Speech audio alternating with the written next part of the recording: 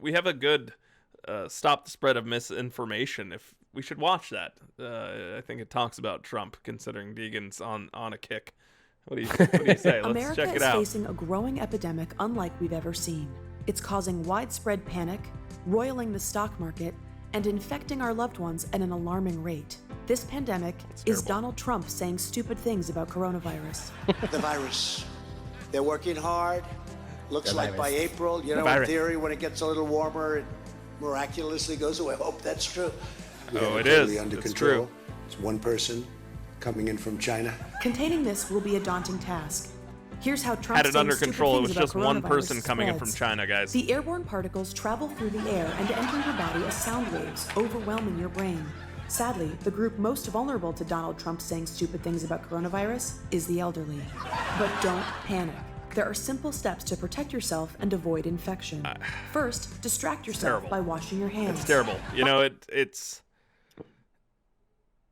they play off it just right because that's kind of the general gist. Like I said, some people call this the boomer doomer. I personally don't want anybody to be harmed by this, but more than anybody that I've seen that is completely ignorant about this whole situation is the older generation. Well, that's the thing. Like, is what it is. Yeah, and I told you before, like, just because of his statements, like, people are calling him Tide Pod Trump now, just because of like how like dumb he's going into this situation and how like he's just trying to warp agendas around himself.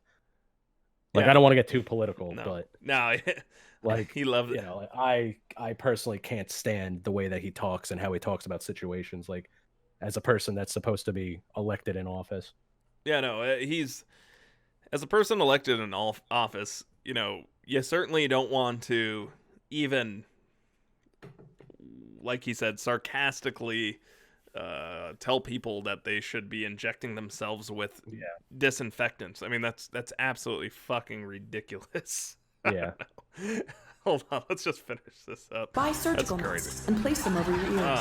Avoid large gatherings of angry white people. And most importantly, do not touch your Facebook. Follow these simple steps, and you too can keep America safe from Donald Trump saying stupid things about coronavirus. But I'm not gonna lie, a lot of old people are gonna get infected. Yep. Fair enough. I mean, it's I want to see the statistics on. Honestly, I would love to see more statistics on the old folks' homes that are just getting obliterated by this right now. At least here, it's still pretty hush-hush. I don't know if you have anything going on in New York on all that. I do. I have a friend actually who works at like a rehabilitation center for like, obviously like 65 plus. And I know she's on like I think she's on like a week on, week off kind of situation.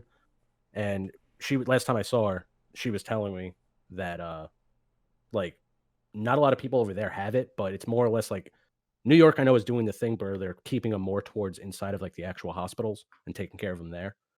So like I'm not 100% sure though if like most of the old folks homes and stuff like that out here have them.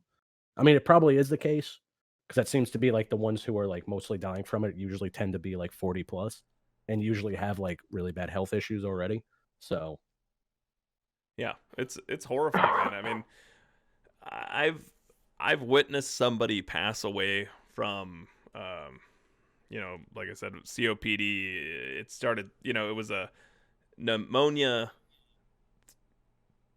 through COPD. Like they didn't die of COPD, obviously, but once you have COPD and then you catch something like pneumonia, it's devastating. And this is kind of what it reminds me of. It seems like, once your lungs are affected, especially if you have respiratory issues or if you're older, I mean, it's just going to get worse. Oh, it's freaking, no, it just sounds terrible, man. It just sounds like you start drowning.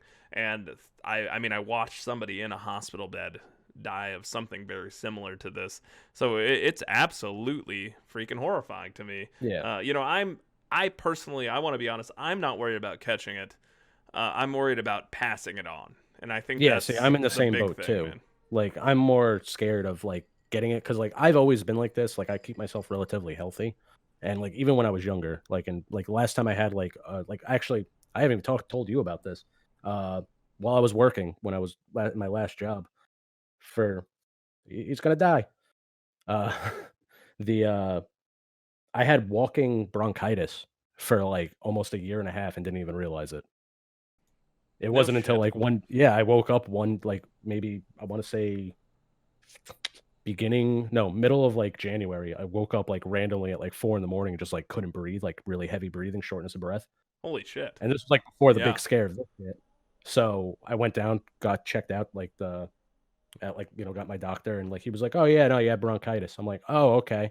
He Like, was like, "Yeah, you oh, didn't know?" I'm thanks. like, "No, like not at all." And he Oh said what man. probably caused it was because when I'm at work, like Yeah. I had to sit down in the back, take trucks, and the cold season in New York is pretty much from the beginning of October all the way until like, well, actually, still now at this point, like it's still Jesus. cold. So being up at 6 in the morning and already not having enough sleep, Yeah. then taking in all this cold air while I'm taking trucks in, then on top of that, going into a freezer to go and put product away. And that It just makes kind shit of, so much worse. And I yeah, think that's something I would think about is like that's something we're all forgetting.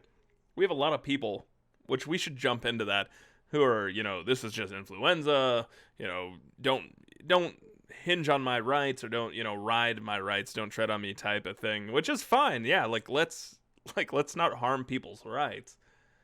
But what we seem to forget is that this virus coming into play with cold season, with influenza season, is it it's very taxing. It's like doubling oh yeah, down. no, It's just like yeah. doubling down.